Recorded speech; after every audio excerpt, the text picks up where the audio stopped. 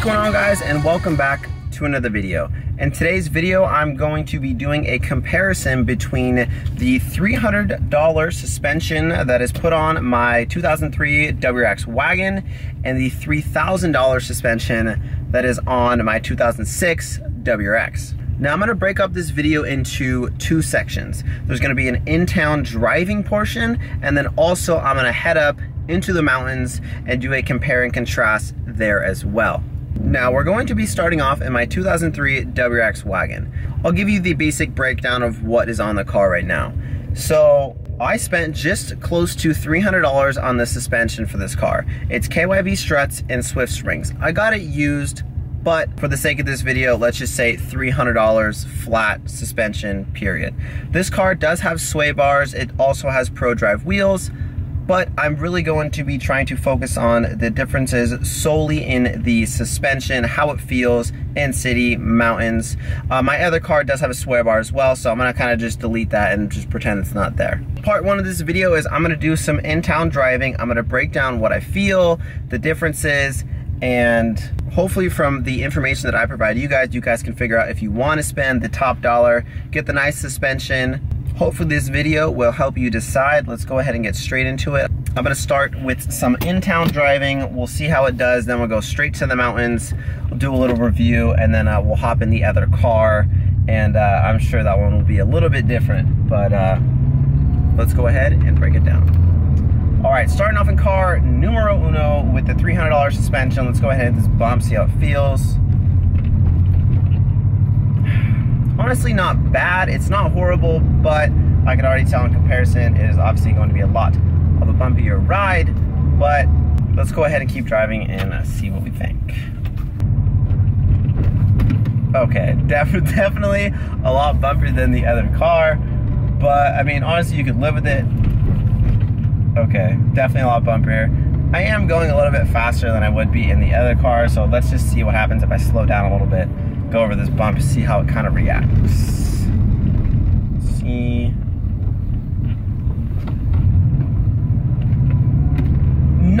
It's honestly not horrible, but like I said, it's definitely not the luxurious ride that you'll get with the other ones. So just going over those few bumps, honestly, it's pretty damn bouncy. I'm not gonna lie. I'm gonna try to be super transparent in this video and just give you guys the honest truth. Overall ride quality so far, it is not optimal whatsoever. But again, you gotta think about it. It's just like $300 lowering springs. It's nothing crazy. You shouldn't really expect anything great. But you also gotta think it's only $300 in comparison to the $3,000. So is it worth getting that nicer ride? I guess we'll find out when we get to the other car. Now moving on to a fairly smooth road. Overall driving conditions, just kind of cruising. It honestly feels pretty much the same. It's a little bit noisier in here. I don't know if that has to do with the suspension, but that's just the one thing that I kind of noticed driving this car to the other one. It's definitely a lot bouncier. There is no adjustability when you have these lowering springs, so you can adjust dampening or anything like that. That's another thing that you got to think about when you're gonna be spending more money. You'll probably have adjustable dampening, and also probably ride height if you get coils and stuff like that. The more you step up, the more customization you have. So that's definitely some things to think about, just kind of putting it out there. All right, so I'm done with the whole in-town driving. I'm sure you guys are here more so for the actual difference between spirited driving from this car to the next. So I'm gonna go ahead, head up to the mountains. We'll get a couple pulls in. We'll definitely get into these turns, see what the real difference is. I'll see you guys in a second. All right, so it looks like there's absolutely no one in front of me. I'm super stoked. This is gonna be great. So I'm gonna go ahead, drive a little bit. I'll just continue to film and try to talk as I go. But we're heading into turn number one. Let's see how she goes.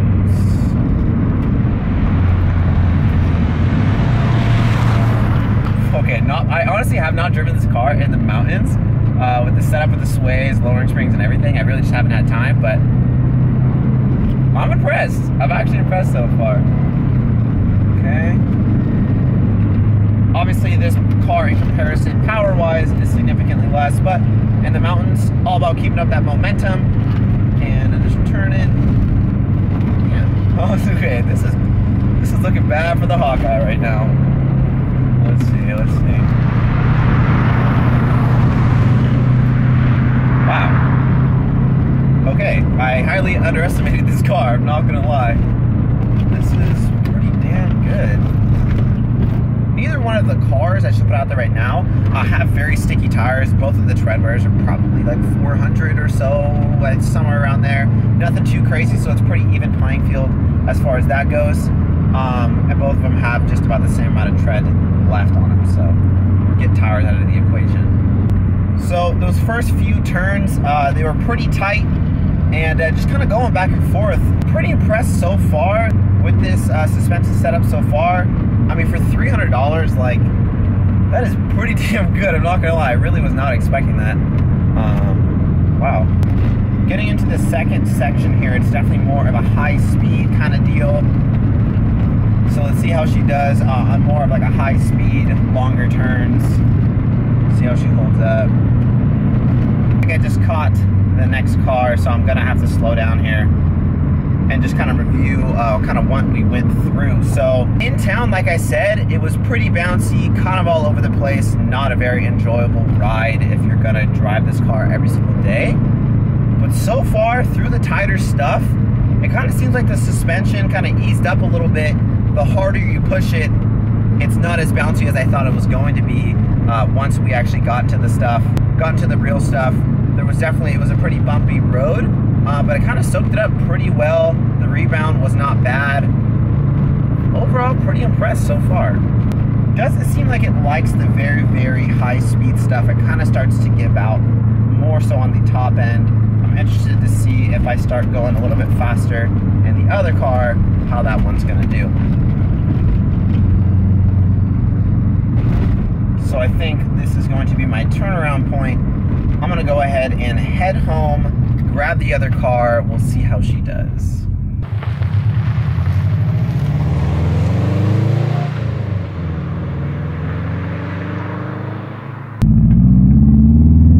Alright, so now that we're in the other car, the exhaust is a little bit louder, of course, so I will try to speak up so you guys can hear me. Hitting this first bump, we're on the exact same road, exact same bumps. See how she does. Now, of course, the one difference immediately I notice is kind of the rebound factor. Kind of what I mean by that is initially when you hit the bump, it's not as jarring, you know what I mean? And obviously it can be even softer. All I need to do is press a couple buttons and it will immediately get softer.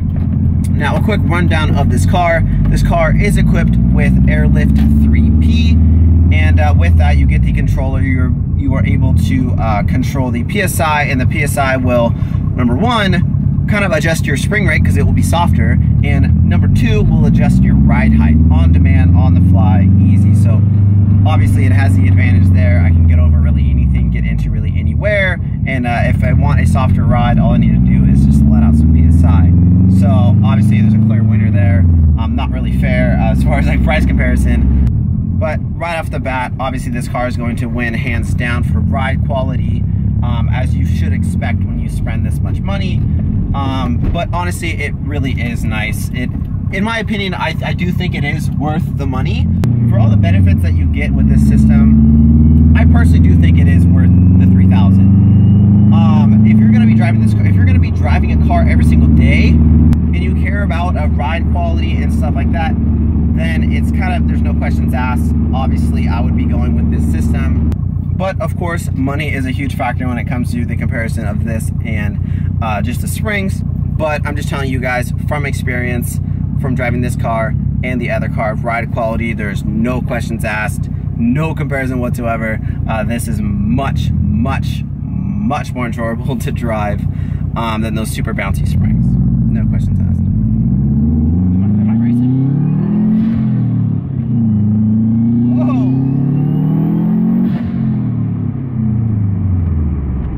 Now moving on to the second portion of this video. Hold on.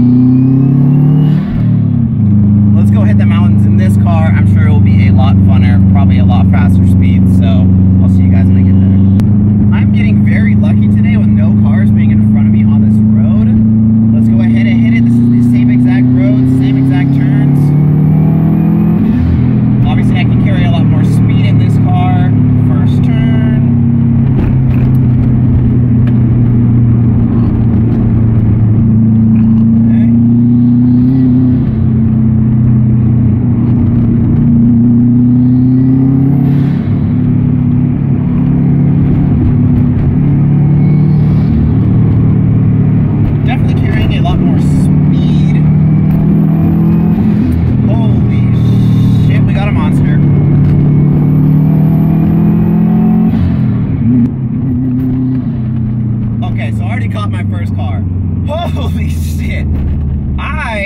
pardon my French there. I'm gonna cruise a little bit, maybe even take a different road, not that these cars are in front of me. But, I can't even talk, holy shit. Okay, so, obviously it's not a very fair comparison as far as how much speed I'm able to pick up with this car, obviously because it is a lot faster, but it feels tighter. I mean, it's as simple as that. The other car, don't get me wrong, feels really good, and I'm very impressed for it only being $300, but kind of as I expected, this car, initially, right on the tight section, it handled better. I'm not gonna lie. Did the other one beat my expectations? Yes. I was not expecting it to handle that well whatsoever. Just like with some basic lowering springs. But if you're gonna obviously compare these side by side, there's kind of there's a clear winner as far as what feels tighter and ride quality and adjustability and all that stuff. I personally do think it kind of outweighs it. Alright, heading into a more high-speed section of this road. See how it kind of holds up. Let's go ahead and hit it.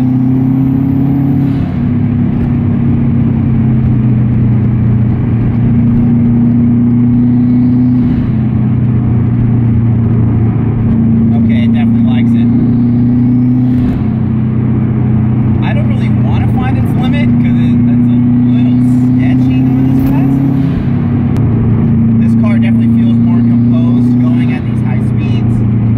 Coming into this turn, see how it likes the turn that the other car gave out. Yeah, it just keeps wanting more and more.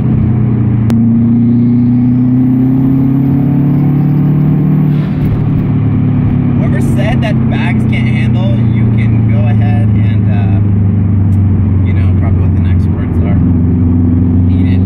Eat your words. Whew! Okay, I need a breather. Holy shit, I think I'm gonna pull off here to kind of break down what just happened. So, I had to pull over. I needed to take a minute. I have not sent my car that hard. That was honestly a little sketchy. I need a minute to kind of calm down. But just kind of an overall comparison. Is it worth the extra $3,000? I'm going to try to be in the eyes of someone just kind of starting out, getting into the scene. I would say no. It's not worth the extra $3,000 just to be able to go a little bit faster around turns and for that extra kind of luxurious ride around town. But if you have the money, of course, it's kind of no questions asked. But from being able to experience kind of both worlds, both sides of the scene, lowering springs versus bags, in my opinion, I'm still in love with this entire kit. It makes it so much easier mentally, physically. I mean, just driving your car, if you drive your car every day, bags, no questions asked. Lowering springs, it's most likely going to be bouncy, it's going to be uncomfortable, as if you drive your car every day. It really depends kind of what you're building your car for and what you're going to be using it for, but for most of us, at least starting out in the scene, our one car is our race car, our daily, our everything. So you really got to think about your situation. Obviously, what are your intentions? What are your goals with the car? Do you mind having a super rough ride quality? If not, lower springs are fine. But in my opinion, honestly, if you think you can possibly save up the money to do it, you do it. And that's just, of course, my opinion. I'm interested to hear your guys' opinion down below.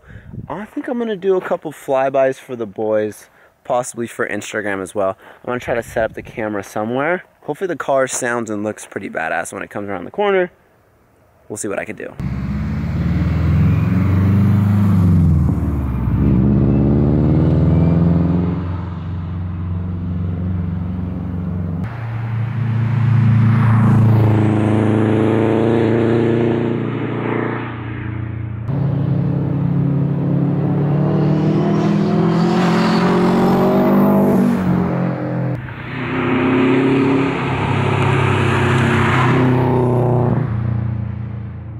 So we're back home, we're back with the Bug-Eye here, and just kind of my final thoughts on the $300 versus the $3,000 suspension.